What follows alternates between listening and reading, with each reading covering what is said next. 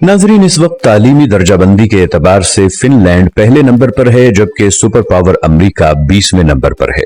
2023 तक फिनलैंड दुनिया का वाहिद मुल्क होगा जहां मजमून यानी सब्जेक्ट नाम की कोई चीज स्कूलों में नहीं पाई जाएगी। फिनलैंड का कोई भी स्कूल ज्यादा से ज्यादा 195 बच्चों पर मुश्तमिल होता है, जबकि 19 बच्चों पर एक टीचर होता है। दुनिया में सबसे लंबी ब्रेक भी फिनलैंड में ही होती है। बच्चे अपने स्कूल टाइम का 75 मिनट ब्रेक में गुजारते हैं। दूसरे नंबर पर 57 मिनट की ब्रेक न्यूयॉर्क के स्कूलों में होती है, जबकि हमारे यहाँ अगर वालिदैन को पता चल जाए कि कोई स्कूल बच्चों को पढ़ाने की बजाय इतनी लंबी ब्रेक देता है तो वो अगले दिन ही बच्चे स्कूल से निकलवा लें। खैर, आप ये दिलचस्प बात मुलाहिजा करें कि पूरे हफ्ते में स्कूलों में महज 20 घंटे पढ़ाई होती है, जबकि असातिज़ा के 2 घंटे रोज अपनी स्किल्स पढ़ाने पर सर्फ होते हैं। 7 साल से पहले बच्चों के लिए पूरे मुल्क में कोई स्कूल नहीं है और 15 साल से पहले किसी भी किस्म का कोई बाकायदा इम्तिहान भी नहीं है। रियाजी के एक उस्ताद से पूछा गया कि आप बच्चों को क्या सिखाते हैं, तो वो मुस्कुराते हुए बोले, मैं बच्चों को खुश रहना और दूसरों को खुश रखना सिखाता हूँ, क्योंकि इस तरह वो जिंदगी के हर सवाल को बाआसानी हल कर सकते हैं। आप जापान की मिसाल ले लें।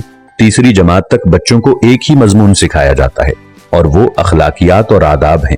हजरत अली रज़ियल्लाहु अन्हु ने फरमाया, जिसमें अदब नहीं उसमें दीन नहीं। मुझे नहीं मालूम कि जापान वाले हजरत अली को कैसे जानते हैं और हमें अभी तक उनकी ये बात मालूम क्यों ना हो सकी। बहरहाल, इस पर अमल की जिम्मेदारी फिलहाल जापान वालों ने ली हुई है। हमारे एक दोस्त जापान गए और एयरपोर्ट पर पहुंचकर उन्होंने अपना तारुफ करवाया कि वो एक उस्ताद हैं, और फिर उनको लगा कि शायद वो जापान के वजीर आजम हैं। अशफाक अहमद साहिब मरहूम को एक दफा इटली में अदालत जाना पड़ा और उन्होंने भी अपना तारुफ करवाया कि मैं उस्ताद हूँ। वो लिखते हैं कि जज समेत कोर्ट में मौजूद तमाम लोग अपनी नशिस्तों से खड़े हो गए। उस दिन मुझे मालूम हुआ कि कौमों की इज्जत का राज उस्तादों की इज्जत में है। ये है कौमों की तरक्की और उरूज जवाल का राज। जापान में माशरती उलूम पढ़ाई नहीं जाती है, क्योंकि ये सिखाए जाने की चीज है, पढ़ाने की नहीं, और वो अपनी नस्लों को बहुत खूबी के साथ मुआशरत सिखा रहे हैं। जापान के स्कूलों में सफाई सुथराई के लिए बच्चे और असातिज़ा खुद ही एहतमाम करते हैं। सुबह 8 बजे स्कूल आने के बाद से 10 बजे तक पूरा स्कूल बच्चों और असातिज़ा समेत सफाई में मशगूल रहता है। दूसरी तरफ आप हमारा तालीमी निजाम मुलाहजा कीजिए, जो सिर्फ नकल और छपाई पर मुश्तमिल है।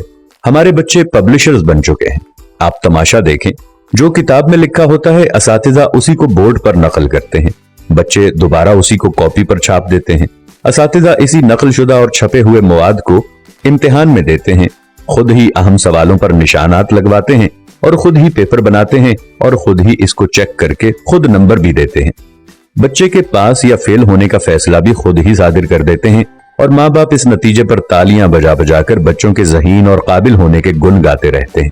जिनके बच्चे फेल हो जाते हैं वो इस नतीजे पर अफसोस करते रहते हैं और अपने बच्चों को कूड़ मगज और कुंद जहन का ताना देते रहते हैं।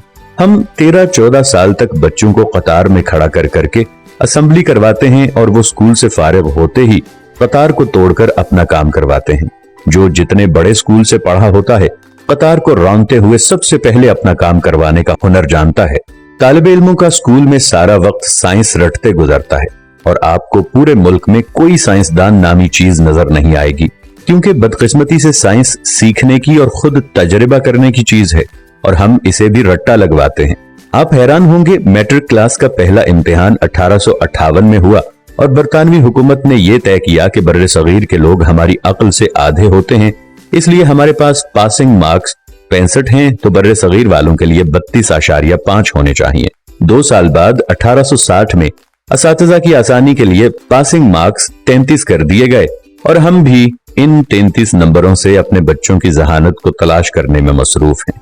अल्लामा इकबाल रहमतुल्लाह अलैह के शेर का ये मिसरा इस तमाम सूरत हाल की सही तरह से तर्जुमानी करता नजर आता है। जो शाखे नाजुक पे आशियाना बनेगा, नापायदार होगा।